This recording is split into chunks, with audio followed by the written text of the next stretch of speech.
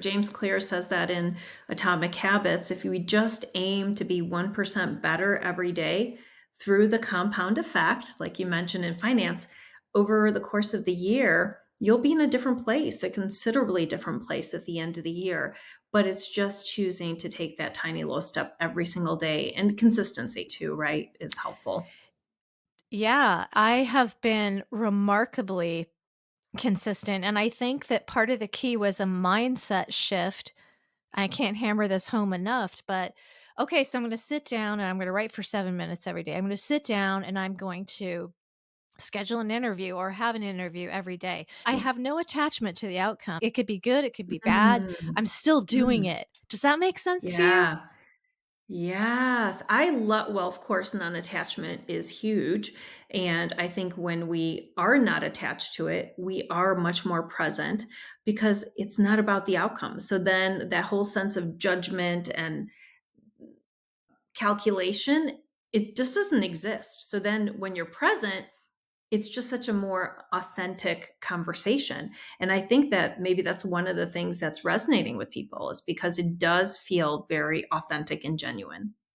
Yeah. And just to think about, there's a link between unattachment and consistency. Because in podcasting, 90% or whatever of the people drop out after 7 interviews. And a lot of that has to do with they have a huge problem being consistent.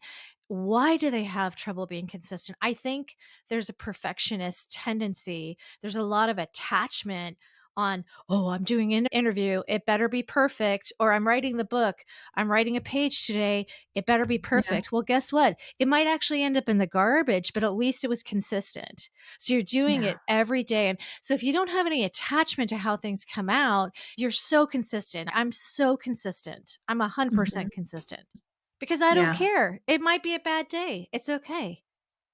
Right. Yeah. And so is it true that you don't care, or is there another way to say that? Like, I do know you that sounds a little blasé. I don't care. no, I just wanna clarify because I think you do care. I don't wanna put words in your mouth. Like, I think you care that people are helped because you talked about you're doing this because 'cause you're helping people, but it sounds like the non-attachment is maybe tied to whether everything is perfect, which it never Yeah, is. yeah. So instead of saying I don't care, what I say is, so for example, even our interview today, if I were feeling a little nervous, I would say, okay, what's the worst thing that could happen? Anetta might decide not to air it because it's just not that high quality material. And I'm okay with that. I'm at peace with that. That's not everything that I do is going to be perfect. And so, yeah, it's not that I don't care.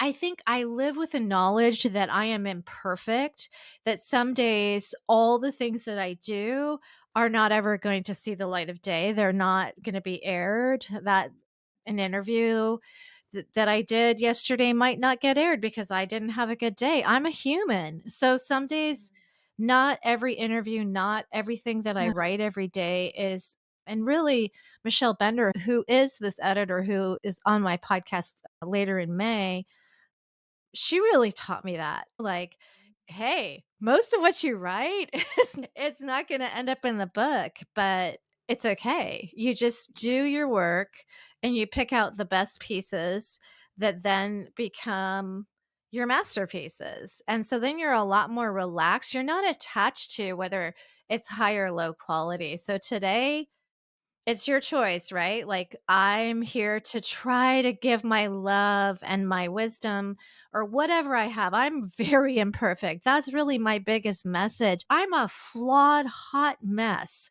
But hey, I'm here. I'm showing up every day. And I want every one of your listeners out there today to be listening to me and saying, I can do this too. I'm going to take a baby step. I'm going to sign up for a class for something I Yeah. want to do, or I'm going to go walk for 10 minutes because I'm trying to get an exercise routine. Why do we always start out saying, okay, I'm going to go to the gym and work out hard for an hour?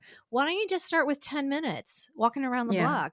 That's how I do everything in life now. I just ease into it. I just do a little Mhm. bit and see how it goes.